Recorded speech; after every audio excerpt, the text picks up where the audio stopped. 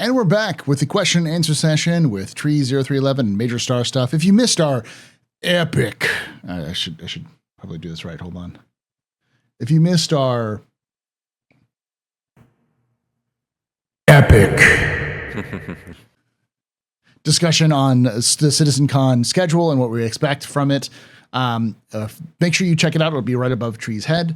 But for this, we're taking questions from the community, specifically about Star Citizen. Some of this stuff might be related to Citizencon, sometimes something else. We'll see. And I'll just say at this point, we've got in the next couple of minutes, 4.0, as of this recording, is going into Evocati's a limited Evocati test for about 2 to 3 hours. So that's a big one. I'm going to start us off just right off the bat. Tree, what does this mean for 4.0? Do you think 4.0 is going to come out this year? Do you think this is just okay? When do you think it's coming out? I think CIG is aiming for a before IA release. Okay. I think they have a backup plan in place in case it's not quite ready to then release it.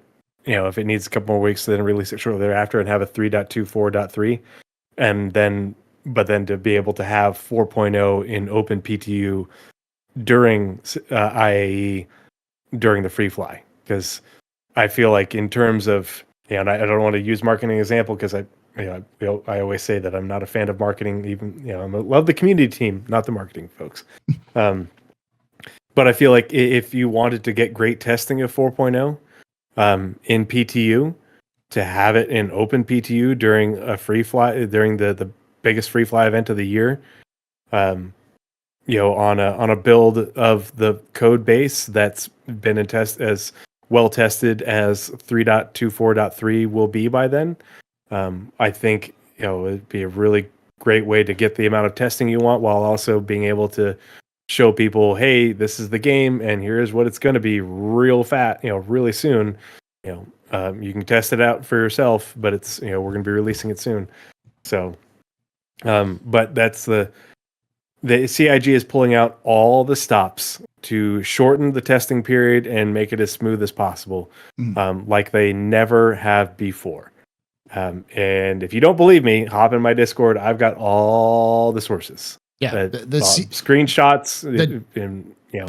The devs have not been quiet about that. Like they have been basically it's not subtle at all. They've been basically screaming that they want to get this out before IAE. Like John Cruz mentioned about how or was it John or was it Yogi who said we don't plan on being on 3.2 4.2 for very long. Yeah, Yogi's just like it's not going to be here very long.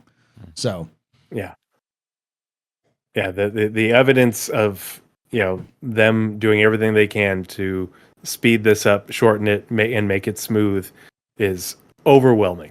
Yeah. But it's also impressive that CIG is doing all these things, that they thought of all these ways to make it better.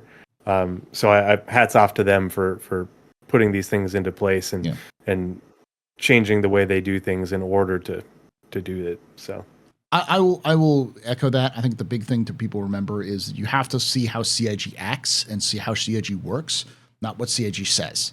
What they say is important, but if they say something and they don't act on it, then they don't care. It's just placating, or it's something else, or something went wrong, or something like that. What we've been seeing recently is that CIG has been saying they want to get 4.0 out before the end of the year, and that they still shooting for 4.0 in fourth quarter. And all of their actions have been lining up to that. Things like a ton of tests for server stability, for meshing, the development of the hotfix system they developed, where they can hotfix a patch quickly without having to completely build a new patch out. The mentions of things like that basically these tests we've been doing are 4.0.1. So they're already nailing down, they have an idea of what they want for the size of the of server meshing for 4.0.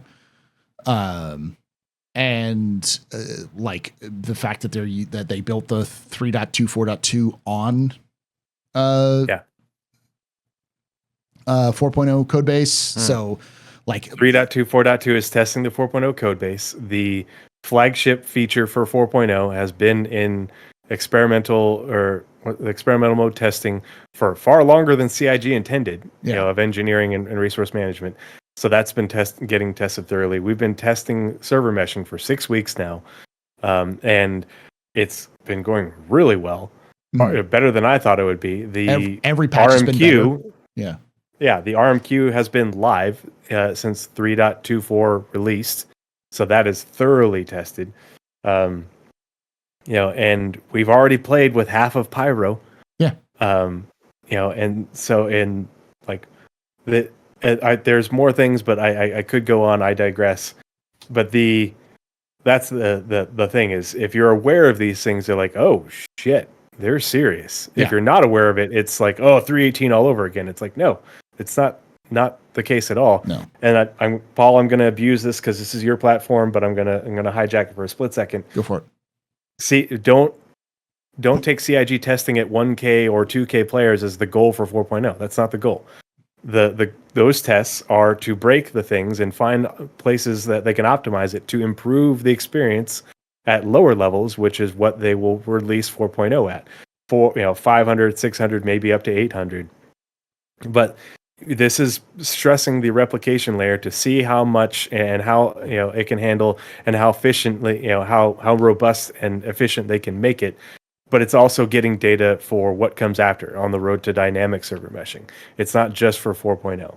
So have realistic expectations of what the player count for a shard will be and why 4.0 is far sooner than we think, because they'll probably launch it at 500 or so players.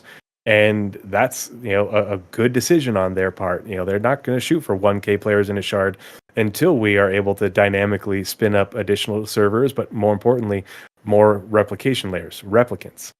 So that's the big issue is people have these wildly inaccurate expectations of server meshing because they're measuring it based off of the extreme end of that test, which is not what they're going to launch with.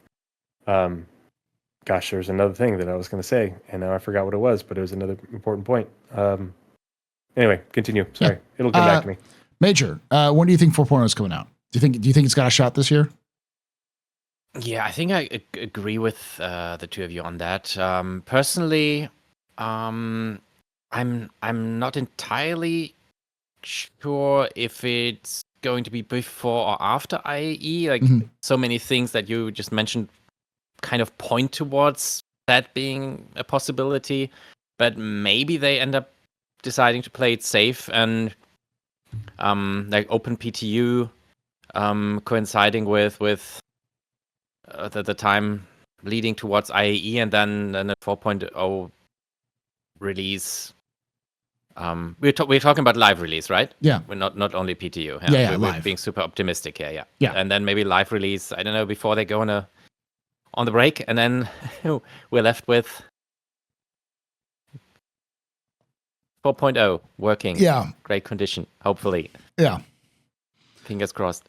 I think the ideal release schedule is IAE 4.0 just before IAE, like 2 weeks before IAE. They get a patch out for IAE like within a week or so, just kind of make sure all the stuff works. IE goes, it's to test because they want to test everything at scale, and they'll test it pretty thoroughly, and then they'll figure out the problems with it initially, hot fix it, come out with a patch for IAE, find more broken issues with it, and then come out with a 4.0.1 before the end of the year. And then when it's like stable, they go, it's best we can do it. See you in January, and then leave. Like, that is ideal scenario. I think it's going to happen. I think it's more likely than 4.0 releasing in like March that a lot of people seem to think is going to happen. Mostly because like I remember what it was. A CIG can't test at scale. Like at a certain point, you need the rush of people. You need the whatever 1 million, 2 million, 3 million players all being like, oh, Star Citizen is back again. And then people coming back from 4 years ago suddenly to play Pyro to beat the hell out of the servers so that they know what they're going to expect. Because without that, the PTU won't do that to them. It'll be probably the biggest PTU they've done since 3.0, but it doesn't matter. Like they just don't matter because it will never, it'll be dwarfed in the scale from what's going to happen before. So, I think the one other misconception that people have is that, that it's going to be, that the people are expecting 3.18, but 3.18 did things to the game in the back end that 4.0 does not. And that's the disconnect is people don't understand. People think that, it's server meshing. Everything's dramatically changing. And no, the relationship between you and how you're, and what you're playing in the game and the server and the replication layer and the entity the entity graph database will not change in 4.0. It doesn't change. That's why they've been building all these things in the stepwise fashion to get to where they are. Because everything prior to server meshing is already established and functional and working. There's still plenty of bugs and performance issues, but the way that the game runs, the way a server simulates the game, the way that you communicate with the server via the replication layer, the way that that your information is stored, none of that changes with server meshing. It's a big change in to allow for for what the scope of the game will be in terms of players and the amount of content they can put in there. But the way the game functions and runs does not change with 4.0. And so that's a big thing because people are like, 3.18 was big back-end changes and big, and it's like, 3.18 fundamentally changed the way the game interacted with, how everything's built. It just... they ripped out the foundation and put in a new one on a house that was already built, and that's why they talked about before that there's like 12 new services for server meshing as what was planned, and 8 of them came with as part of PES, and they all came at the same time. The Big Bang approach. They talked about it in the 3.18, 3.19 postmortem. That's why it was so broken. That multiplicative factor, exponentially made it, more likely that things would break, but also made it more difficult to find those things that are broken and fix them. And since then, those additional services have been getting built in, and changes have been getting built in leading up to server meshing. And that's why the change to server meshing is so much simpler compared to PES. Are there going to be bugs? Yeah, no different than any other patch, but it doesn't fundamentally change the way that the game actually works. We just have more servers. All right, let's move on to the questions now. There was a question that was happening earlier. Escape asked a good question from YouTube. Thank you for that $10, by the way, Escape, who asked, what details will you look for in the upcoming scanning update? What details? Oh, gosh, I feel like they're asking about something specifically. I mean, generally, I want to know, like, the general idea of how will scanning function and how will you filter. That's the big one, is filtering. Is anyone who has, like... I have a very rudimentary understanding of how radar works and LiDAR works, but I understand that there is a lot of noise in both of those systems. And if you don't have the proper filters, the proper training, the proper equipment, then you sometimes can't tell the difference between a cloud and a bomber because you didn't tweak it right. So having those sorts of filters, I think, are key because right now the biggest problem that happens in sort of your scanning or your HUD is it gets overwhelmed with garbage, and being able to filter out the garbage, HUD and UI, to be able to filter out the garbage using scanning is important, I think. Yeah, how much they've been working on that recently, but how many AR markers show up and when they show up and what they look like, so that way you don't have this clutter. Because if you do a big old scanning ping and it shows you everything. You'll just be entirely overwhelmed. And so I think they did talk about that in the monthly report when they're doing their experimental mode, their tests in Arena Commander. And that's the hard part is we didn't see a lot of it at Citizencon last year because the feature wasn't as fleshed out as some of the other ones. And so I don't know how they're going to visualize that, but I think that's going to be a hard balance to find in terms of giving you the information you want without giving you too much information, and how do you make, how is it making it usable? Major, what do you think? What are you looking for when they talk about like the scanning system? Yeah, I guess a tricky one. I guess just more information about that whole system, that whole gameplay loop's going to work, right? Because we saw a lot of that last year for Citizencon with these. Wasn't that the release of the Cutter Scout? Yeah, wasn't the that was the Cutter Scout straight to flyable for Citizencon? Right. Yeah. But yeah, I mean the scanning is kind of an in between thing in terms of we know it exists and we know a little bit about what it's going to be like, so it's much more tangible than exploration, but much less so than the already established system. So yeah, just hoping to get some more information about the gameplay loop in general. That's really I'm all I can very say. simple in what I want. Like with 3.24.2, the caves have their interior maps. And I'm just looking forward to, okay, we have these location-based maps, and hopefully they are, I'm hoping that with this or around this is when they'll have the area map as well. So that way you can see the terrain and some terrain features, that sort of thing. And I'm just looking forward to having that stuff appear on the map when I do a scan and ping. Otherwise, not have it be readily available until I either am within eyeshot or, of it. But also to go in a cave and, okay, I can see this much of the cave, and so that's how much is on my map. But then I do a ping and I get 50 meters down that tunnel and then, 50 meters behind me or something. And now it's on the map. And to be able to have that dynamically show up, like, because, I posted a screenshot of the cave interior map, because I'm excited about it. I like going into caves, and it's always been a death trap, and now it's much less of a death trap. But now I want to be able to actually explore it. Not, oh, I've got the whole map of this cave. No, I want to scan it as I go along and have the scan reveal minables and, oh,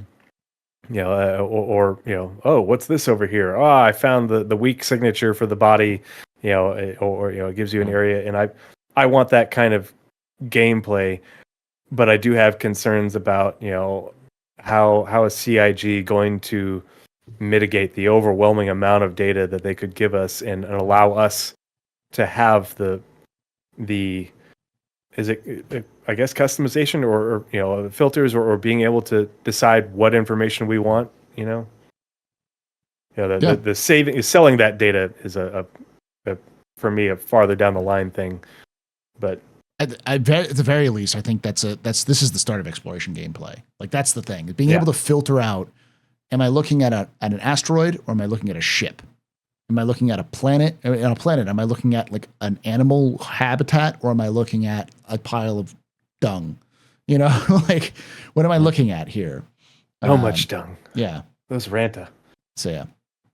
And I guess kind of persistency versus non-persistence, persistence versus non-persistence of that scanning data, right? Because leading into exploration, then at some point, scanning temporary jump points and stuff like that, which is then going to be outdated information after, I don't know, 50,000 clicks or whatever. Versus you scan a cave and then you have a map of the cave. Maybe that will then be outdated in, I don't know, a year from now when it's overgrown or whatever. But that's could be something interesting to see what they're planning with that. Having to download the latest maps from at a station. Go to a station, download the latest maps of the system from the ICC Stellar Surveyors, so you know the updates and changes and other things like that. So. You go to a DC and, okay, well, if you don't want to stop by the kiosk and grab the map and put it in your HUD, then all right, you can explore it by hand. But if you spend the time and you spend 5 credits or what, I don't know how they're going to do it, but being able to say, okay, I've got the structural map that shows me where these things are. And then like, cause they for the missions, the investigation missions for the DC, like sort of give you an area okay, well, if I know, I've got the label on that area, but I only have that label on that map if I get the map, okay, sweet. I've done the right thing in order to say the last place that he was seen was here, and now I search around here and I don't have the stupid God mode markers. Yeah. But at least I know that, okay, here's where the shafts are, here's where the access points are, Yeah. And I'm going to start my search here. You do a ping and you notice there's a body on the other side of this building. You don't know who it is yet, but you're like, okay, well, there's somebody over here, and I know that my target is in this general area. Time to go in, So, but yeah, and a lot of people are asking in chat, like where is this? They mentioned the pings and maps on Markset or like map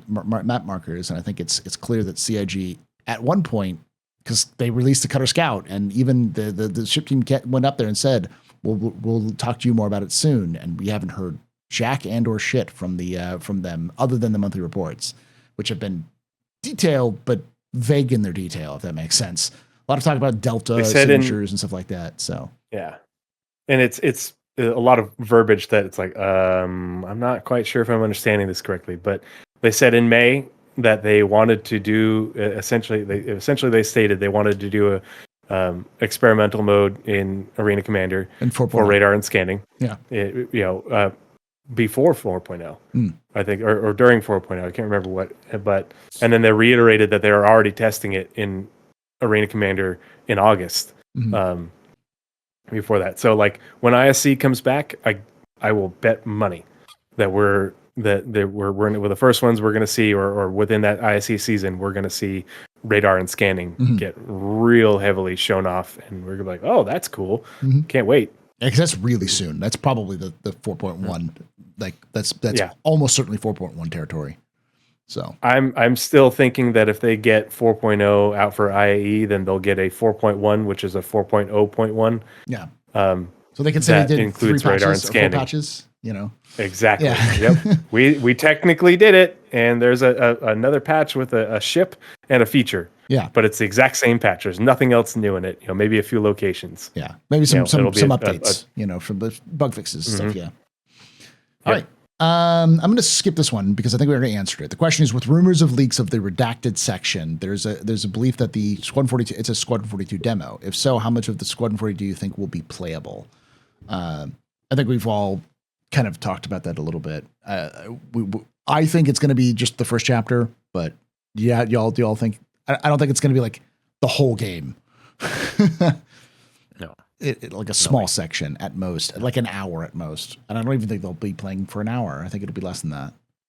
What do you think, Major? Yeah, I guess so. Like an hour maximum. Like the kind of stuff that us old people used to call a demo of a game. Maybe. Yeah. So, yeah, that's what I'd expect. But yeah, Squadron 42 for sure, as we said, unless they kind of. No unlesses. Squadron 42 and that's what it is. And, what do you think, Tree? See, I don't know. I feel like compared to what they're going to show off and demonstrate versus what they'll let us play, I just don't. I feel like it would kind of be a letdown if they just let you play what they just showed. Shut up, Darge. But it's it. I'm more excited for what they're going to show versus what I won't be there. But it's they showed off a lot of Pyro last year, and we got to play Pyro there, and it was what they showed. So it's like I don't know how they go about letting you play Squadron and do anything other than what they show in the demo without you getting too much into things that are spoilery or things that you don't want to see. Like I feel like it's going to be pretty on rails linear compared to how a lot of the campaign has sort of been described about you have some agency and when you take missions, like it's going to be very small linear things. So. Someone's asking, are we talking about that 4.0? No, we're talking about Squadron 42. The question is how much are we going to see with Squadron 42? All right, next question comes from 89 Dig Dug, who says, will we see a larger scale of the F-7A Hornet made of ice? No. Made of No, like the Carrack was last time they did Manchester? No. Oh, gosh, I forgot about that. That was so many people got mad at that one. So many people. Because I think it was like part of some of the, like, when it was being showed off, it was people tried to take pictures of it to figure out what it was. And then people were like, why are you wasting so much money on ice statues? It was fun. All right. Next question is from Bracer Phoenix, who asks, do you think we could see animals, ground, and flying mounts to ride them instead of using resources? CIG has their own completely owned and partially operated mocap studio. 100% they could mocap riding animals if they wanted to. I don't think it's 1.0 feature, but who knows? I don't know how hard it is. Major, what do you think? If I don't get to ride a Tauntaun and then crawl inside it for warmth, that is true. It is a Chris Roberts literally game, unplayable. You know. I mean, we've seen stranger things with the recent fauna updates, I suppose. Yeah. So we have space cows with space eggs. So why not? Do I need that? I mean, where does the immersion start? Where does it end? Yeah. Gives me a bit too much. Personally, gives me a bit too much World of Warcraft. Yeah. Vibes, but I could. Oh gosh. I could see it as a. Cause doesn't No Man's Sky have rideable mounts? I want to say that was the case where you can like tame and ride animals in No Man's Sky. I could be wrong on that one. I would be surprised if we weren't able to tame wild creatures, in order to then bring them back and then farm them. Yeah. I don't know. Maybe if we'll get mounts, because boy, like, how about we get hover vehicles bikes working properly first? Yeah. But I'm just imagining. Oh God, what's his name? Always wears the flannel on here. The Nixonian Pegasus. Yes. HC Vertigo. HC Vertigo's gonna punch a boreal stalker right in the junk, and then sling a harness and a saddle on it. Hi ho, Silver, away! I mean, if CIG makes it so we can ride and tame any animals, I am riding a pyro crab or whip crab everywhere I go. That is my mount. Everywhere I go, you must accommodate my 2-story tall kaiju. Or 4-story tall kaiju to wherever I go. Yes, people are saying Mittens doesn't like the way you're talking to me. Mittens doesn't like your tone. Whatever it's going to be like, it's definitely going to be called Star Pony, as someone in chat says. I love that. I do. I think it meets the aesthetic, especially for places like Bremen and like the frontier having some sort of rideable mount. But I don't think it's a priority if something like that happens. So I'm glad Paul forgot about the Ranger. I didn't forget about the Ranger. The Ranger a horse doesn't fall over when it stands up. The hover vehicles have problems. We're not going to get 2-wheel vehicles until they get the hover vehicles. Yeah. Not killing you so much. But what are the big woolly mammoth looking things from Tatooine? Oh yeah, I don't know what they're talking about. Yeah, the I Have Spoken. Guy. Yeah. Well, yeah, they're totally going to have a Star Wars or Star Citizen analog for that. Yeah. Same with Firefly has horses, and Star Trek had horses. If a stormtrooper can ride them, then I can too. Yeah, Bantha is what they're saying. Bantha. Yep. And yes, people are coming in being like, it's out, Evo is out. I know, I'm downloading it right now. But no one can show you what it looks like because it's against the NDA. Though I will say there is a fun bug. One of the known issues is that when you get pulled into a jump point, you do not control your velocity. So you are getting shot through the jump point. You are just getting yeeted in, and when you come out, you cannot stop. So if there's something on the other side, you're crashing into it. There is no brakes on this jump point. The delta change from 3.24.2 to 4.0's patch right now is only 8 gigabytes. Yeah. So that's interesting. Okay, next Next question. patch. No Evocati talk. I'm a PTU pleb. Shampasta asks, with all this talk about needing force in Star Citizen, if and when this happens, the real question is if tree falls in the forest, does anyone hear him? Which tree is the question? It depends. Treesan or tree 0311. All right. Dell asks, do you think that multiple org associations will survive the 1.0 roadmap? I can't currently think of any MMO that allows for someone to be part of multiple guild orgs, etc. That's a good question. I don't know, unless they're going to de-emphasize the org system. I can't imagine them keeping multiple orgs. Maybe associations will be treated as something differently, but I don't know. What do you think? They just make it be reputation based?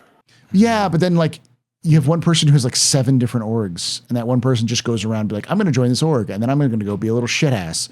And now that person is connected to that org. Is like org trolling almost, like. Yeah, but then like what if the reputation system makes it so, if like you've got a ranking system within orgs, just like we do for NPC, essentially orgs now, you can't, you can set permissions based off those rankings and stuff. And okay, well, you may be like an affiliate, but you have essentially no permissions whatsoever. And if you do one thing wrong, you're out. Mm-hmm. I could see, because otherwise I don't see them making allowing it unless there's, the CIG doesn't like hard limits. Yeah. What do you think, Major? Do you think that we're going to see multiple orgs? I hope so. Otherwise, whom to choose? Yeah. I'm a huge fan of the idea that we'll at some point get faction based mechanics. So like really factions being in control over certain areas, regions, be it via base building or putting up a Nautilus. Yeah. And living space mines. But I don't see. I'm not sure. Wouldn't it be? Do we see orgs as org equals faction, or could it be more the way EVE works, where you have, what are those called? Even alliances, and then you have, you can have orgs under the mantle of a larger faction. So maybe, you can't be not like Star Trek Online, Paul, because I know you can choose either Federation or Klingons, and otherwise you have to create a new character. I could see them going more along the lines with, okay, you can, if your org is part of a certain faction, then and your other orgs as well, then stay in those orgs. But if they are part of factions that are at war with each other or conflicting factions, then maybe you have to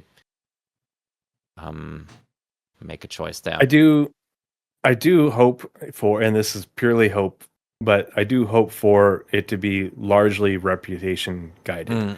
Because like I do think that in terms of like, everybody talks about, oh, my org, we're going to work together so we can build our own Idris. Well, I would like to see that sort of thing be org reputation based. You as an org have to work together to get your org's reputation up to a point to be able to achieve these great things. It's one thing to have your own personal reputation, but if you as a group, are able to accumulate as good of a reputation for your group to, I think that takes it to a level that other games haven't. And it's one thing, the individual reputation is cool, but you have to be careful who you allow in your org, and make sure they don't torpedo your org's reputation by doing something stupid if you and your group want to achieve something greater than what you could achieve on your own, if that makes sense. Unless they separate these things completely and make it much simpler, more in line with how games nowadays work, where you have those even mobile games where you where you have your personal reputation and then you can choose to contribute to the org pool of reputation in a to bring it up, and then kind of you can be part of several orgs and decide where you want to contribute. But I don't really see them limiting it, like giving you a hard limit of being only member of one org. Personally, I want to play the game mostly for myself as my character first, and then my org second. And I shouldn't have said that live on stream, but they know that by now. Yeah. But also in terms of like role play simulation, but why would one character in game be limited to just being affiliated with one organization? And like, where does that put options for like shadier game players? And I'm pretending to be part of this industrial org, and in reality I'm also part of this piracy org. I think I'm an instructor for 3 different organizations, and I have a full-time job and a part-time job. Hi, Booney. Hey, buddy. I'm in the same position where like I think because CIG specifically said that okay. They've specifically said that they're using the organization system they're developing for the game. So like the same sort of like the different factions and that kind of stuff. The faction system that they're building is going to be the same system that's the basis for the organization system in in the game or in for players. So I think. Sorry, can you guys still hear him? Yeah, no, we're good. We can hear him. You're good. Oh, good. We can't hear him. He's good. Hey, it's Little Tree. Oh. Oh.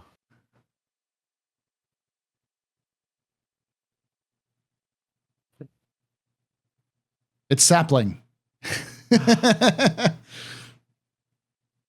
Yeah, life is difficult and pain. Yeah. Very upset Sapling. Sapling 0311. Yeah. All right. Okay. We've got a couple more questions. We'll go some rapid fire for them because a lot of these are pretty. You heard Evo test isn't going well.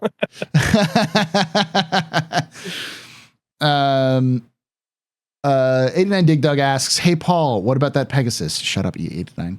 And then I'll guess a couple of the quick ones. We could knock out a lot of the quick ones. We're gonna get a Pegasus rideable mount before we get the actual ship in game. Shimpasa asks, if there is indeed a Squadron 42 demo, do you think that all backers will be able to play it after Citizencon? I would hope so. Even if it's a limited experience or a limited time, I'd hope so. But what do you think, Major? That would be great. And I'm here for it. I said the other week, I'm right now, I don't want to say I'm more excited, but I'm kind of, and I'm a multiplayer kind of person, but right now I may even be more excited about Squadron 42 than I am about the MMO. Just right now. So I'd be here for it. I have a gut feeling that tells me maybe they want to play it safe and like keep it to a controlled environment where they set up those, PCs where you can play it. Where they can debug it and stuff like that, Yeah. So I don't really see, but I mean, I'm here for it. Didn't like Baldur's Gate 3 have a demo before it was like it was in, I don't know, it was in early access, but I think it had a demo before. Baldur's Gate 3 was in early access and beta like for the longest time. I remember playing it like, I don't know, 3 years before it got released. I could see them doing forgotten about it. Doing in that sort of similar fashion where like they leave up, they do the tech preview, but it's the tech preview is just the demo, like kind of like what they did with the Pyro playground, but so that they can get players to play it and find the bugs on there for like a short like week or so, and then pull it off. So, I mean, if it's just the, I think that's my only. Okay. If it's just one that's level, my only concern. Yeah, if they do like if they're able to craft what they are at Citizencon that maybe playable for players, and it's limited in scope. As long as they can distribute that to us and to allow other people who it's just like with Pyro Playground last year, they let us play it live at home. I just hope that they don't drop the ball like they did on additional Pyro tests. Like, if you're going to let people play the demo, leave it up there until the game releases. That way, if somebody comes along, they didn't miss their opportunity or something, or you guys said you're going to do another round of playtests and you didn't, we had this last year.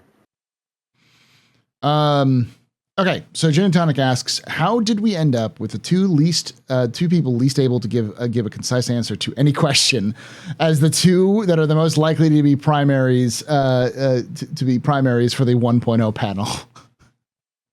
Talking about how they do not go short, they go long. The answer is because they're the Visionaries. As much as you want to say Rich Tire, what I've been hearing from the devs is that the Rich is, they're pulling for Rich. They all believe in Rich. They believe in his vision and what he wants to do. They like working for him. Yeah, he's doing a great job. So they don't like him as a good boss. Talk off rails. Yeah. So I think they see that him, because he is the ideas guy. Chris is obviously the visionary, but Rich has been the kind of guy who can be let's take what we have and let's put it out there. Let's focus on what the gameplay is. How is this going to play? How are we going to deal with this? How are we going to deal with that? It's clear that especially the people who worked with him on the Squadron side of things were very passionate about his presence as a leader. So they would trust the person who is leading the effort to display that. I think that's the thing. I could just the meme where the daughter or granddaughter is pushing the grandma on her walker, and grandma's talking about okay, grandma, let's go. Let's get you to bed. I feel like that's the relationship in terms of moving things along so we can get the progress we need and get things completed, and he shares in the vision, understands what you're saying, but all right, let's keep going this way. Yeah. Let's focus on that. Let's go. I'm part of me is also kind of gonna squeal in delight with those two going up there and talk about 1.0 for an hour and a half and just talk for an hour and a half. It's gonna be awful, but I'd be yes, listen to these two passionate people talk about nothing. I feel like it's going to be well rehearsed. Yeah, I feel as well. Yeah, I mean. I think by now they're well aware, and Chris is aware of the risks of getting that one wrong. Yeah, and the thing is from what I understand about Chris Roberts is that Chris Roberts isn't the kind of guy who walks up there and says, "My way or the highway." He walks up there and says, "What's the plan?" He'll say his ideas, and I think he's firm in his ideas. But from the people I've known who've worked for Chris, they say he is a workshop kind of guy. He goes to a group, tells them what do you think that is good. And then Chris will play it and then give his feedback about whether he likes it or not, but not necessarily this has got to be that. It's let's move more this direction rather than this direction kind of idea. So, yeah. What is Jared's face going to look like before that panel starts? And that will let us know how it's going to go. Yes. Jared may even be watching this right now, so he's probably going to fuck with us and have a very stressed face before that. Because to be fair, last Citizencon, Chris Roberts walked up there at the end and he did not spiel and rant. He kept it concise. He kept it to about 15 minutes, and he was off, even with his emotions and being very overcome with his own, seeing everything kind of stuff like that. So just be a little bit more articulate and a little bit more direct. Don't. Yeah. Please. I'm advertising. We have a title for that: Executive Creative Director, and that's what Chris sounds like at this point. Yeah, that sounds about right. Somebody who is able to talk about the vision, but is not directly controlling the levers of where it goes. Just and here's the idea, and let the director go with where they need to go with that idea. Yeah. Most of last year was 25 minutes of recorded video. Yeah. All right. Any thoughts on what Soul Singer is? I'm going to speak to this for this entire panel when I say none of us know. Nobody knows. There is no evidence that anybody knows, and if they know, they have to. Then they're either lying to you or they are CIG themselves. I don't even think many people at CIG know what the fuck that is. It's probably for many of them when it got broken to the community, that was their first time ever hearing about it because it's a trademark. That's it. Trademarks are a legal thing. They deal with lawyers and other things like that. It has nothing to do with that. So, you know, CIG's not great at naming, but to me the name just feels kind of tacky. Yeah. Like, yeah, it feels like a name of a double A RPG at best. It sounds like a name of an independent project that's trying to rip off of Dark Souls, like a Soulsborne clone. Yep. I don't think it's going to be the in-universe version of Just Dance. No. But yeah, I don't know. Soul Singer is their new karaoke technology. Yeah. I know. Right? No, but yeah. Part 2 of Squadron 42. Could be. We don't know. No one knows. And I'd expect it if it was a trademark. I'd expect it to have said Squadron 42 Soul Singer because that's the trademark. Right there's the both of them. Probably some tech engine related stuff. We'll know more either at Citizencon or not, but I don't think so. I think we're going to see. I think that's something that it'll either die out and no one will hear about it again, or we'll hear about it post Squadron. So, all right. Those are some of the easy ones. Oh, here's another one. What ship releases are wouldn't ship releases be more appropriate for an IAE in November rather than Citizencon in October? Yeah, typically they are. But usually, if I remember correctly, there are 1 to 3 releases at Citizencon, usually 1 straight to flyable and then like 1 concept. And then IAE usually has several straight to flyables or releases and then 1 or 2 concepts. So out of the 4, we're still probably going to see that are done. They're probably going to see some concept work as well. So what do you think there? There will be 1 straight to flyable at Citizencon because there always is. The trend recently is that we're going to get the Zeus.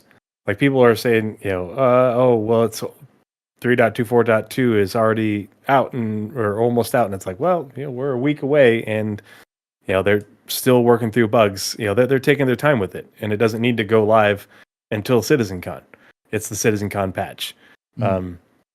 So like we're gonna get the Zeus. The Zeus is we'll get a straight to flyable, and we're gonna get a concept. That's basically the recipe for Citizencon, has been for years. But the fact that they have as many ships or vehicles that they're talking about that are done, I don't think that they're done and we're only going to give you the first 2 and at IAE and the rest we're going to sprinkle in through first half of next year. So I think that IAE is probably going to be bigger than normal in terms of releases. Did you share stuff? Yeah, no, I agree with what Tree said. Okay. Going through some of the quicker ones here too, because we've got Dr. Platypus asks, with the Galaxy next up, how long do you think they start working on Refinery gameplay? I think that's next year too. I think it's later next year, but because it's so tied into everything they're working on, base building, they already have mining, salvage, refining, refueling, all that stuff all connects to Refinery. So. And all of this stuff is built on the resource management system. That's why it hasn't been developed yet. It's because it's all built on resource management. And crafting. Resource management is the stuff under the hood that makes all these things work. And they just reskin it and change how you work with it in order to make it be engineering gameplay versus crafting gameplay versus refinery gameplay. It's all built on on the same system under the hood. And now that that's going to be in, we'll be testing it, and then they'll further develop, refinery gameplay. That's why we're getting, they're crafting and everything else is in production. But refinery gameplay is crafting. It's just you're doing it with different materials, and probably a different UI process and stuff. So yeah, Major, what do you think? Do you think we're going to see Refinery gameplay next year? Yeah, I guess next year is a safe bet. Yeah, I'm not deeply enough involved with that side of things. I have yet to learn how to probably do mining, so I don't think for me is way out there. I don't think I've ever refined anything in Star Citizen. It's like I don't even know how the system function works, other than it's a timer. That's all I know. So, I think I did it. I did it once or twice, 2 years back. But all right, getting through some of these again pretty quickly because there's some bigger ones that I want to definitely talk about.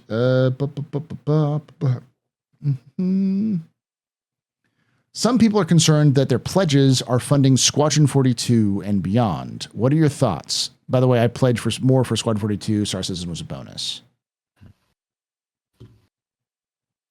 They're the same game. Yeah. That's the best way of putting it. They're not different. They're the same game. I know some people will say, well, I pledged specifically for, but like no one complains when that's not how budgeting works. Yeah. And no one complains when like if people are like looking for specific gameplay and say like a medical comes out, are you going to complain that they worked on medical and not your gameplay? Or, if refining comes out or mining comes out, you're going to complain that they're working on mining and refining and not your gameplay? Like, I get being like, oh, well, this is a completely different product, but that product is going to be sold to an audience which will pay for more development of the game. And the game is a holistic thing. So they're the same thing. Like they're working on the same engine. They have cross support with one another. They have assets that bounce back off each other. And it's not just combat or even just like single player story elements. It's AI development, it's engine development, it's graphics development, it's movement, it's HUD, it's all that sort of thing. So yeah, and I think for people who pledged years back, I can see where they may be coming from. Oh, I pledged for Star Citizen, and but that money has been long used up. Yeah. So, and if you right now you join the Star Citizen community and you pledge, you have to be aware of the fact that you're financing a business that's CIG and whatever they do with the money, and it's like this is money that's strictly going to Star Citizen, and as Tree said, that's not how budgeting works. Yeah, you are pledging, you are supporting CIG, not one project within CIG, and the cross-mogination between the two is so overwhelming, and especially over the last year that we've seen, like everything you've seen, now they're putting it back over. Well, what do you think is going to happen when, say Squadron releases next year sometime, and CIG, makes, however many millions in sales? Where do you think that money's going to go? Back into CIG, and they'll to develop the further episodes will require infinitely less work. So that money's going to go into the expanding the PU development, which will CIG be still growing, and they're working towards 1.0. Where do you think that money's going to go? Working towards 1.0, PU development. Like this whole, it's a dichotomous thing. Is it just it's a false dichotomy. Yeah. It's a there's a logical fallacy for it. I can't think of it off the top of my head, but it's like that's not how this works. They just last year was all about showing us, hey, this is what we were working on for, behind the closed doors of Squadron that is shared between Squadron and the PU, which, and that's what we've been getting and are continuing to get in the not too distant future in terms of features and gameplay. The map, all the maps, radar and scanning, all the interaction stuff, master modes, I shouldn't have said master modes because now people are going to... No, you said it. You said the word. Right. All of the comments down below are going to be complaining about master modes. I already have to, so here I comes don't care the A1 raid. We already said, talked about Citizencon. I already know the next video is going to have 4 comments on, the last video is going to have 4 comments on how I don't care about Citizencon until they fix master modes. God. Side tangent on this briefly, one. Go ahead. Maybe briefly before we move to the next one, because someone in chat said, well, that is how budgeting works. I think... No. Without getting too much into it, because I'm not qualified to talk about it, but I feel like it's important to keep in mind we are not shareholders of CIG. So just the way we don't own the ships that we pledge, we do not have any shares in the company, and we don't decide the direction of that the company decides to go. And internal budgeting, of course, is a totally different matter. They have their internal budgeting ways of deciding what to do with the pledge money, but the pledge money as a pool is going to CIG and is not going to Star. Just because I pledge another $1,000 ship for Star Citizen, that money doesn't go to Star Citizen. It goes to the money pool that CIG makes, right? It's also important that's the point we're trying to make. The biggest cost of any company is staff.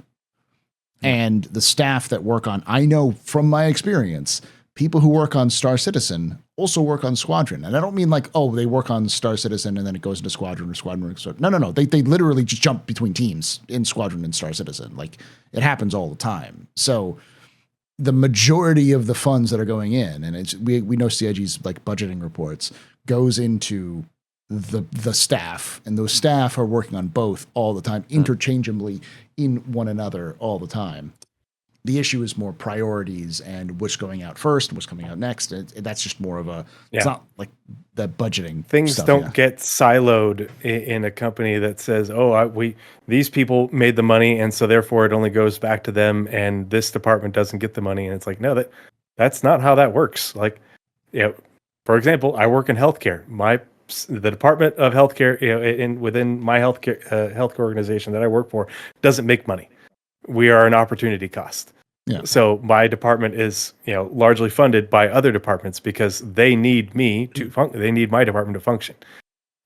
That's okay. You may work in finance for whatever, organization or industry you work in. But when it comes to the fact that you have one company making doing two projects with so much shared stuff, that's not how that works for them. It isn't siloed like that at all. It isn't siloed that in healthcare either. It may be in your specific thing, but that's not how plenty of places work. I'm struggling. Isn't the more important point here, and maybe the common ground we could find that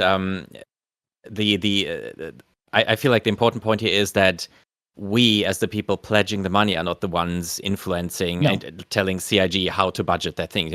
Just because more people buy Squadron 42, that's not going to impact their internal budgeting. Yeah, that's that's the. It's more of a I'm confused. Like, I don't even know how you would silo it, because like, how are you going to say, okay, this money is for radar and scanning, but only for the Squadron part? Yeah.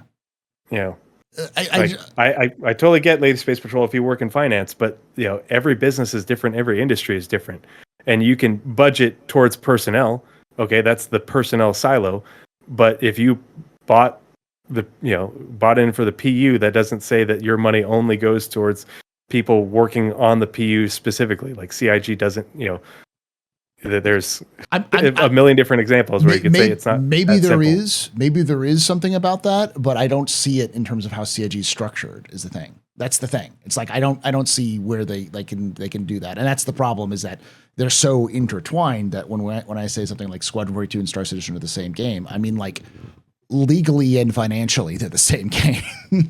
Like, you could not untangle them ever. Like, it would take a monumental task to untangle these two to a degree that would personally, I think that's why they don't call it Foundry 42 anymore. Yeah, it's just CIG. Yeah, same with like Montreal's just Montreal. It's not Turbulent. Mm-hmm. Yeah. Moving on. Yeah. Because there's another good one I don't want to talk about, but should CIG make some gear have an ID check feature? Well, that would basically, okay. Should CIG make some gear have an ID check feature that would make it basically bound to character, especially for the gear bought with real money? Basically, BOP or BOE concept of other MMOs. I don't know what a BOP or B is, but yeah, I don't think bound on you're a BOP. Bound on pickup or bound on enchant. Not lootable versus lootable. Is that what they? Yeah. Mm. That's sorry. I'm gonna. I feel like this is one of the sticky wickets that CIG have gotten themselves into in terms of they want the world to feel real, and if I can't loot the thing that person's wearing, because like they specifically talked about that, where if you can see this character and they're wearing that, and then they die and then they spawn a random thing, you don't get that loot. Like they don't want that, but I don't know how. It's a how do they do that for balancing so that you don't have people farming it for, specific gear? Is it just a timer? Like, I don't feel like there's a simple answer to that. So I hope that they don't make it so you can't loot subscriber items. I feel like that's an arbitrary limitation I would not like. But I don't see it. I don't see it. I'm not sure how they're going to solve that with it. Like if a ship gets destroyed, you reclaim the ship. Yeah. If it's insured. So why wouldn't it be this? I mean, why wouldn't it be the same for body armor? Any stuff? Is it realistic? Does it kill the immersion if you think about it too much? Kind of. But we'll have that with ships anyway. So like you have a ship insured, and if someone loots your armor, and if you bought it with real money, then that's kind of it's the insurance, and you'll just get a new set of armor. Yeah. But making it not lootable, how is that in line with a game that's supposed to be immersive? Yeah, I don't see it like that. It's I can see it as being hot. Like if you shoot me and take my super special armor off, it's super special armor that's registered as stolen. I think they could do things like make it not sellable, but like it's super. You can't like file off the serial number kind of thing. You can't like make it a make it a non-unique item, and they already can kind of track that. So,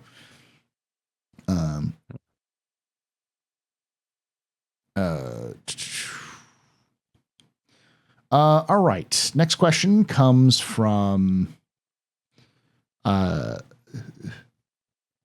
Amber Trough, who asks, with the Polaris releasing next month and the Idris and Javelin coming out with Squadron 42 soon, do you think we could see Idris is Squadron 42, Javelin is not. So okay. Do you think people? Do you think we could see the Anvil capital ship concept within the next year? Oh, next year? No. And you're talking to the evangelist of the Anvil of an Anvil capital ship right here. Yep. I'm the president of the fan club for the hypothetical thing. Yes. So, and Tree, you can't say LPD. It says specifically, Tree, you can't say LPD LHD unless you genuinely believe that's what it's going to be. Oh, I genuinely believe that's what's going to be. I don't see it in the next year. No. When Anvil gets their RSI turn, I guess you'd say, then yes, but not in the next year. I don't feel like we still have I feel like there's going to be like some crossover between RSI and whoever's next, overlap. Mm. But I definitely, I applaud J. Crew and team. They're doing great, but I think I have more realistic expectations of what they can achieve. Lady Space Patrol was clarifying, like when they're saying, Lady, yeah, that is true, Lady, that. Yeah, I have to file my taxes, and I definitely have to silo what I spent my money on and where did it go and all that sort of thing. Like I definitely have to categorize those things because the IRS. I feel like there's just a miscommunication. Yeah, but it's. It was a misunderstanding of what we're trying to say, which is what we're trying to say was like how like just it's not binary how people think it's binary. Yeah, it's so combobulated, Yeah. Now if there's two separate companies, then that would probably be bad. if it was like because like some teams like will do like a separate team for development for like a port, and then they'll have like the one team that does this and then this team does the port. Those are two separate teams working on similar stuff, but they work in two different offices or two different locations.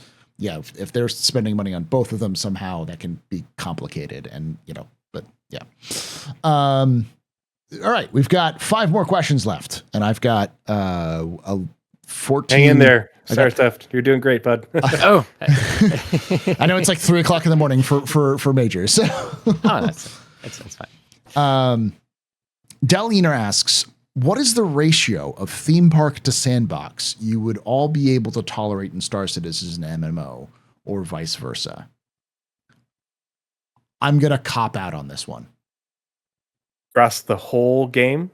Or we talk about the whole game? Yeah. Because that's one of, for me, that's one of the, sorry, this is something we've talked about a lot, but this is one of the things that I really like about the sort of 50,000 foot view of Star Citizen and its universe is that each system is so varied in how they're sort of portraying it, and whether it's going to be more sandboxy, more curated MMO, so like, I think we're going to have systems where there's going to be very little curation and a whole lot more sandbox, and then vice versa. If you go to Terra, that's going to be curated MMO. There's going to be very little sandbox space in there.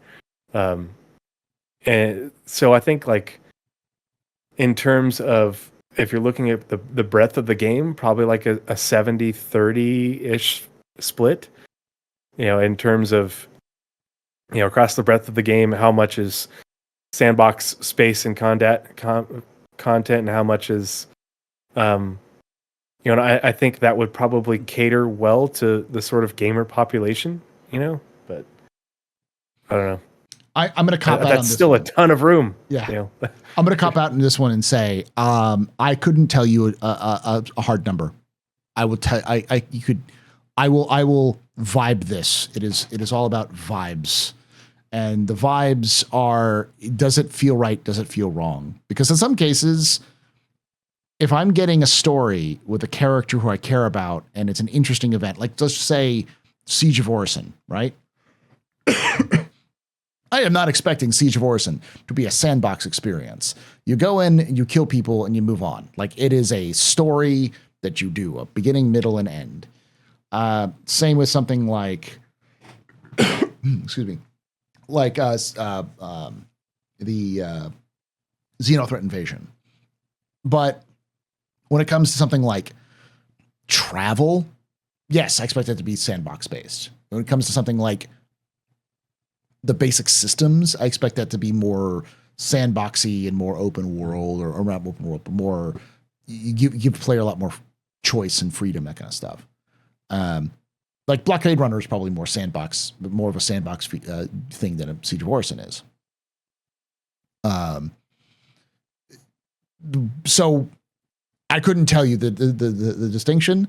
All I could tell you is I like more control given to the player than I like control given to the developers when it comes to these things. Because if developers create good systems that players can use to make gameplay, then you have a good game that will last longer versus a game that is dedicated to just the developer's content. That becomes a lot harder to engage people and keep them playing for longer. Because once you've reached all the content, it's like, why do I continue? So that's me. It's more about getting the systems in properly. Major, what do you think?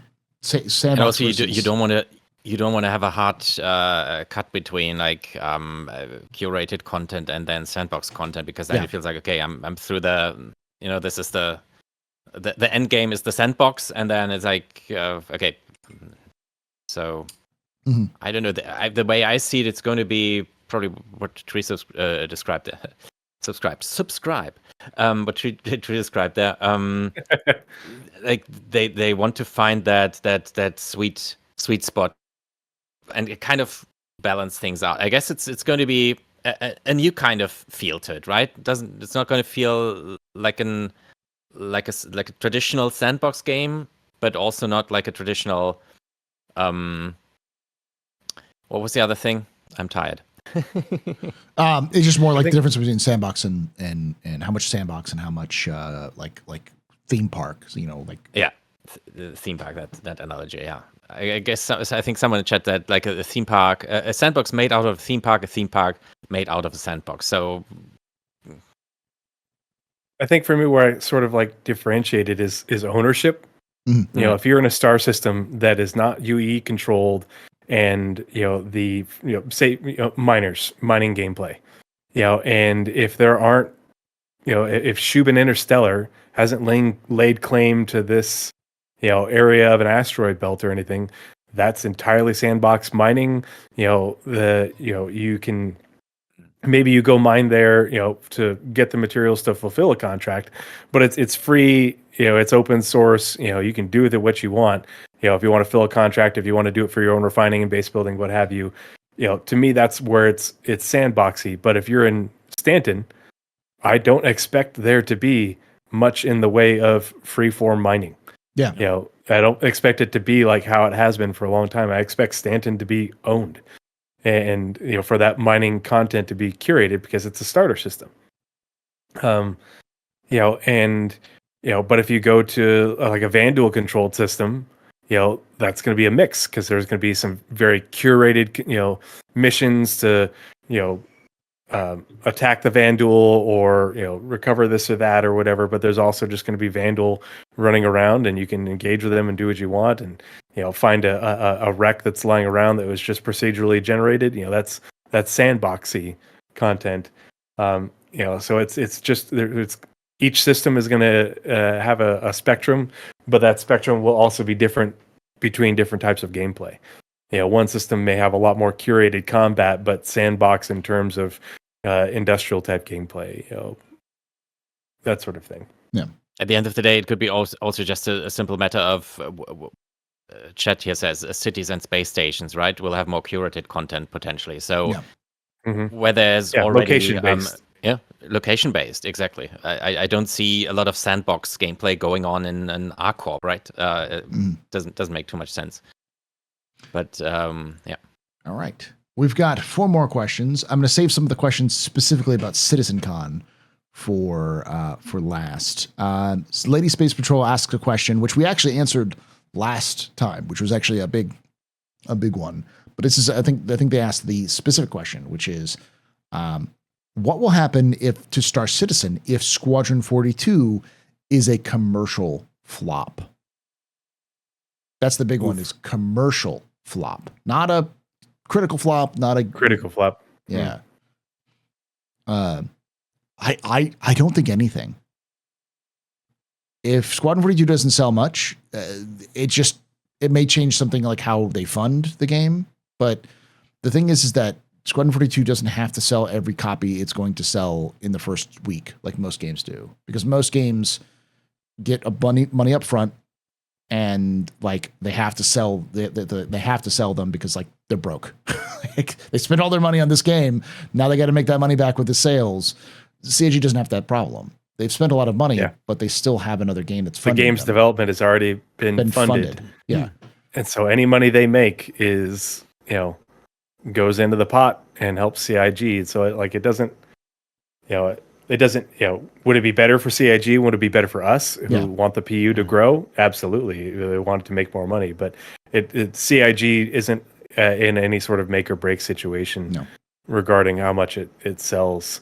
And it could find an audience later. It's happened plenty of times where games release, they don't find an audience, and then a couple months later or a year later, they find an audience. So Chief does I always use Mass Effect as an example.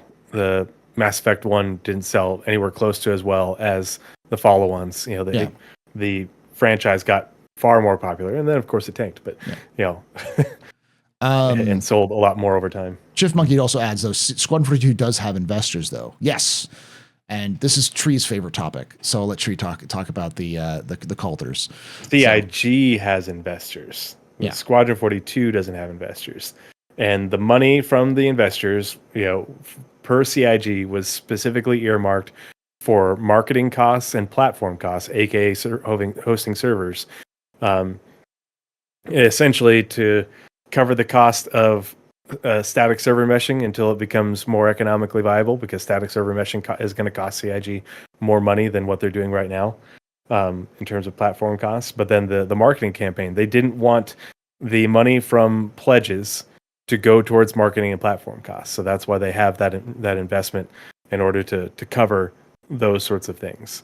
But the investors are here to have a return on their investment, and they want CIG to grow and be worth more money. Right when they bought into CIG, it was valued at about $500 million, and that was in 2018, and when their initial round of investment. So think about and that's based off of their earnings and how big CIG was. Well, think about how much CIG is worth now. So that's how much multiply that by their initial investment. That's how much their investment's worth if they were to divest. Then think about how much CIG will be worth based off of Squadron sales and where CIG is, post 4.0 in terms of the growth of the PU and all that. That's where the investors make their money when they do divest. What's their money worth? But also when they do start getting dividends, because they won't start getting dividends until CIG is making profits, which they barely make a profit because they reinvested in the company. Mm-hmm. Those dividends will be based off of how valuable their shares are. So they have a vested interest in Squadron 42 selling well, but their money is based off of CIG's worth, and so it's not a make or break thing. No, and they've also had multiple chances to off ship. And they've not only have they chose not to, they've doubled down. So yeah, they bought what was his name who just retired? Oh right, he was Chris Roberts' partner. He had Ortwin. He had an 8% interest in the company. Ortwin, and they bought up. Yeah, they bought up Ortwin's shares when he retired at a much higher cost than their initial investment, because they think that money is going to earn money. That investment's going to earn money at this late stage in the game. Yeah. So. And they're also the Calders have a personal connection to the Robertses, so they know each other. They are friends. So this is less of a cold hard business decision and more of a decision that's based off of, obviously they're in business, so they probably did some risk assessments and other things like that to try to figure out would it be worth it, but also because they have a personal relationship with Chris. So that's the thing. It's like a lot of people over begin to conspiritualize and think about these but these they have 10% of the company. They're on the board, but they're close friends with Chris, and they do not have the same kind of voting power. You think they're here like Aaron, like Sandy, like everybody else who it's a board of advisement, not a board of directors. Yeah, because CR retains I think he's well more than half. He has a super majority essentially. Yeah. And there's a lot of things going on as well, because they're here for the long term. So yeah. Now I wanted Tree to say that, because I know Tree's done a lot more research than I have, and a lot of that stuff. Well, and they did get a small dividend. I think it wasn't 2021 or something like that. Yeah. It was, I forget when it was exactly. It was either 2019 or it was before CIG started getting the tax credits from the UK. Mm-hmm. And CIG gets multiple millions of dollars in tax credits from the UK for spending money in the UK and hiring people there. Which is why they don't get dividends, because instead of taking a profit, they invest in the company. Mm-hmm. Well, when the company is this big and doesn't need to grow anymore, and now they make this much money, then they will get their dividends off of that much money, and the UK won't be giving them a tax credit for paying dividends, and paying bonuses. I'll ask Major Starstuff this question, because I think this is for you first for this one. Because you come from Overwatch and other sides of the community, or of gaming community. So you've sort of seen, and you even said you're more of a multiplayer kind of guy, and you've been kind of interested in Squadron 42. Dell asks, is this Citizencon going to be the year we finally see the community divide between the Squadron and single player community and the Star Citizen MMO community that's been simmering for what feels like years? That's a very good question. It's a very interesting question, mm-hmm. That I'm going to spend the remainder of this weekend thinking about. Actually, and I'm serious. I think that's a really good question. Thank you for that one. again, within my bubble of Star Citizen reality, I feel like there's a lot of people, or I know a lot of people who tell me I'm only interested in an MMO. I don't care about Squadron 42. A surprisingly high amount, I want to say. So I'm not sure if I'm an exception there, because like for me, it's weirdly enough, I'm usually single player. I hardly ever play single player games. It's really, it's horrible. There's so many beautiful games out there, and I never play them because I need that thrill of really human interaction. And so, yeah, I could. It's a bit like the divide between industrial people and piracy people, right? Or the sweaty fighter community. I don't know. Is it we all kind of coexist, don't we? We all think our respective bubble is the largest. The fighter people think they're the majority of players. The pirates think they're the majority. The industrialists think they, and none of those is really true. So I think we can just keep coexisting, and really, I guess it's going to be more like just, if anything, more ignorance towards each other, and just, okay, that they're doing something there, playing that obscure game that I don't know anything about, and vice versa, But I don't really see it as a divide or as a split, because there's, at the end of the day, it's still the same. It's still the same game, right? Is it? Yeah. If only framed by existing within the same launcher? Question mark. It's even as a separate game, Squadron 42 is going to exist within the context of Star Citizen. So if you play Squadron 42, you are a Star Citizen player. Sorry, getting pseudo philosophical here. No, it's a philosophical question, because this is something I've been thinking for a while, because as a fan of the Fallout series, seeing the split between Fallout fans and Fallout 76 fans has been interesting to watch, because there are people who only play Fallout 76, who never played another Fallout game. They were only interested because Fallout 76 let them play with their friends. And so they got into Fallout through Fallout 76, became part of the community. But then you have the people who are single player Fallout fans who just don't want anything to do with the 76 folks. And they actually kind of get mad that there's actual lore and lore significance in Fallout 76 that they have to play in order to understand that stuff, because they don't want to do that. They just want to pretend it doesn't exist.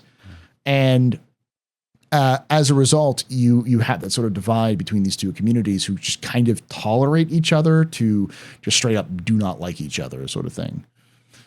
I feel like the parity between the two games, especially because the MMO of Star Citizen, the amount of curation, we're not there yet, not even close. But I think the amount of curated content that is accessible to to one person to playing solo will be enough that the conversion ratio is higher than people might think.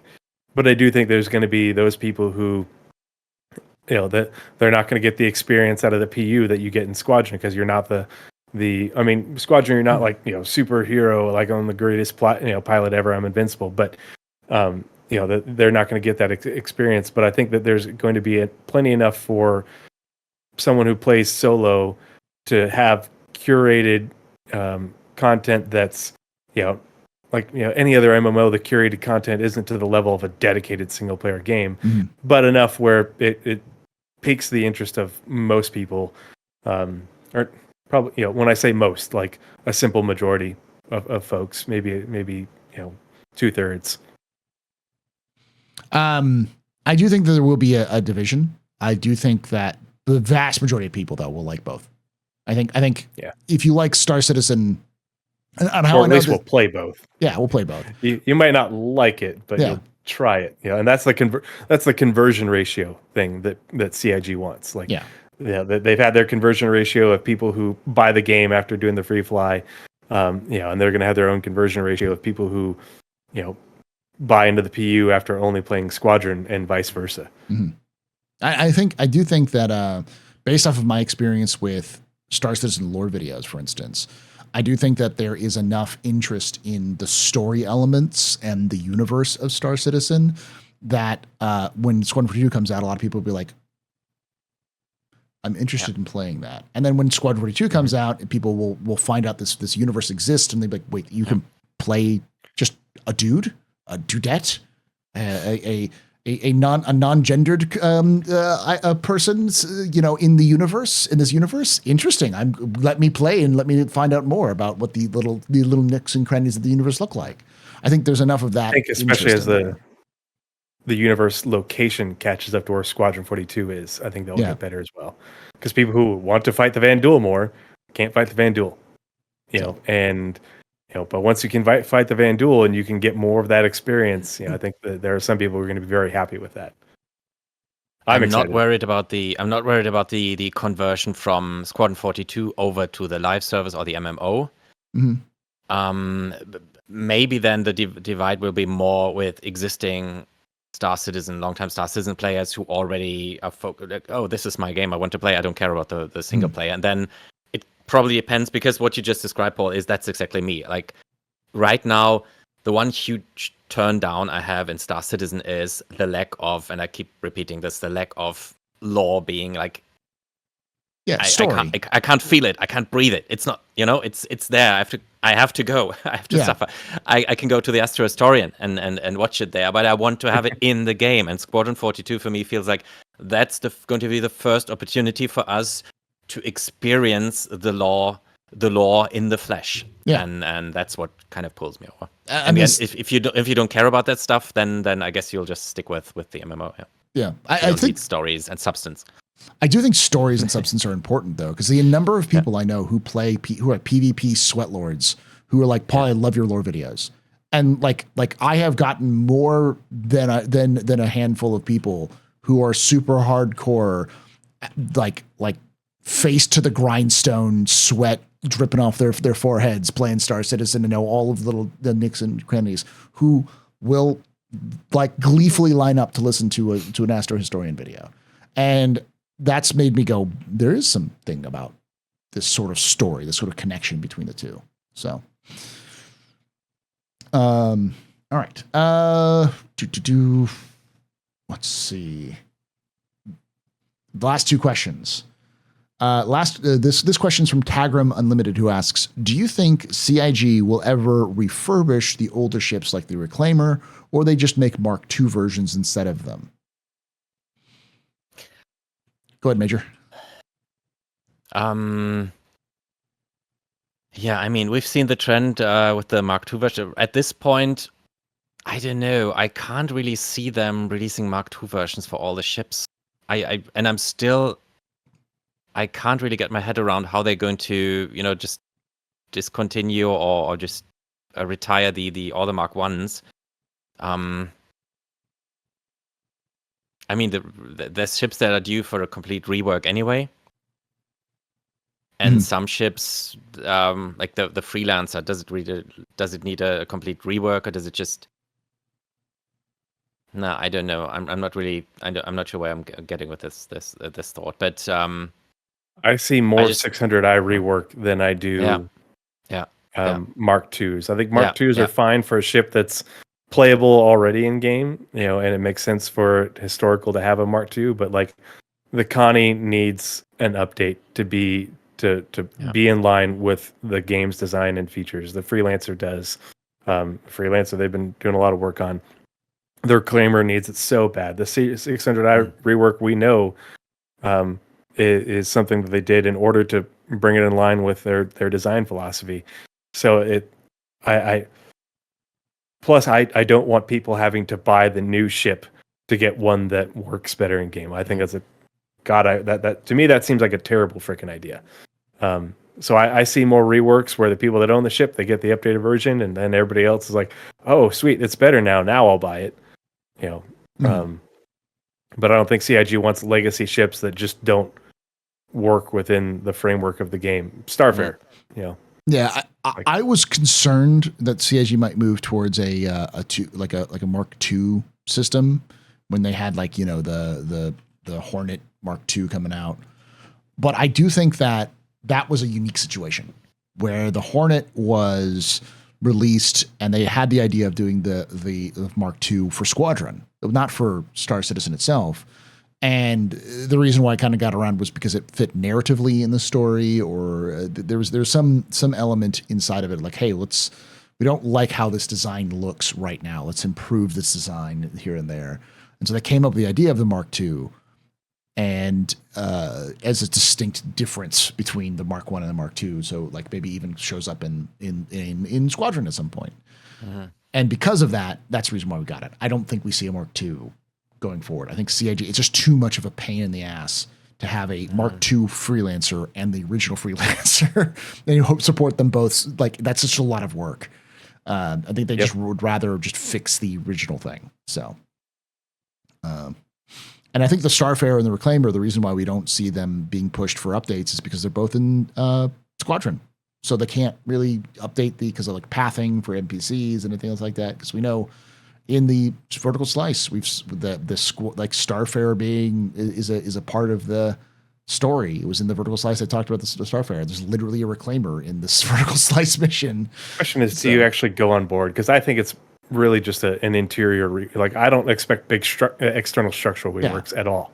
Like they reworked the interior for the Retaliator. They barely changed the actual structure of the ship. It looks the same. Maybe, but I also think that that the major thing about that is that like we know the Freelancer, for instance, its interior. We saw its interior in multiple trailers. Like there's a Freelancer interior you're going into in Squadron, which is probably one of the reasons why they haven't redone the interior for the Freelancer, because it's part of the game. So, and every time they do a big update to a ship, like when they updated the Cutlass, they sold like crazy. He made a lot of money off the Cutlass, and they continue to do so. So, I think the more interesting question, this is a bit of German sarcasm. I think the more or maybe an additional interesting question could be, does CIG know how they're going to do this? That's actually a good question. Because I think the answer is probably, I'm sure the answer is yes. They totally know. Yes. 100%. I think they have a high level plan, but they haven't. Yeah. Do they don't have details on how they're going to rework the Reclaimer, but they do know that, hey, we're going to need to do this, because like John Cruise talked about it. He's aware. Yeah.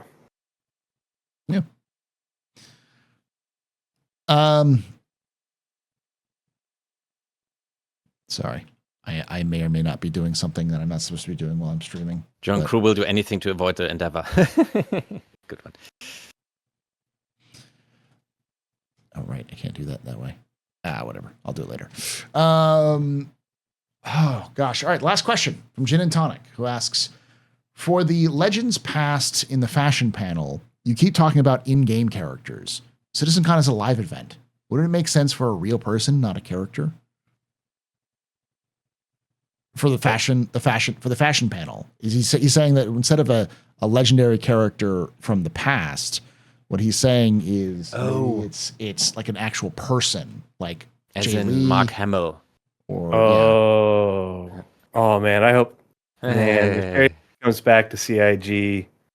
Don't from the past. Yeah, from the past. Star Wars. Because Jeremiah Lee was on far, Yeah. But Jeremiah Lee was on multiple of those character panels where they talked about like the armors and the clothes and all that. And he and Jared are close friends. Like they were literally roommates. Yeah. Or flatmates or whatever. But let's start a petition, bring back Jeremiah Lee and Paul. Oh gosh. I used to play games with Jay Lee, so I love Jay Lee, but I don't think it's going to be that. I do think it's going to be